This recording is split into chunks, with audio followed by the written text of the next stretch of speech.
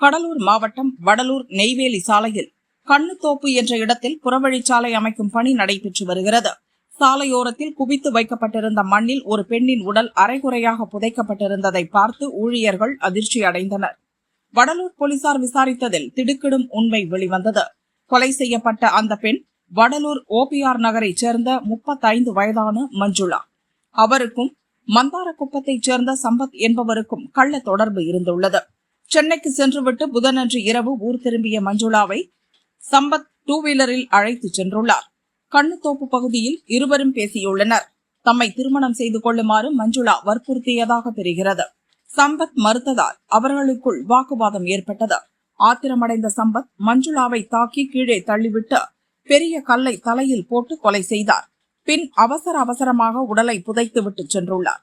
இதையடுத்து சம்பத் கைது செய்யப்பட்டார். அவரிடம் தொடர்ந்து விசாரணை நடக்கிறது.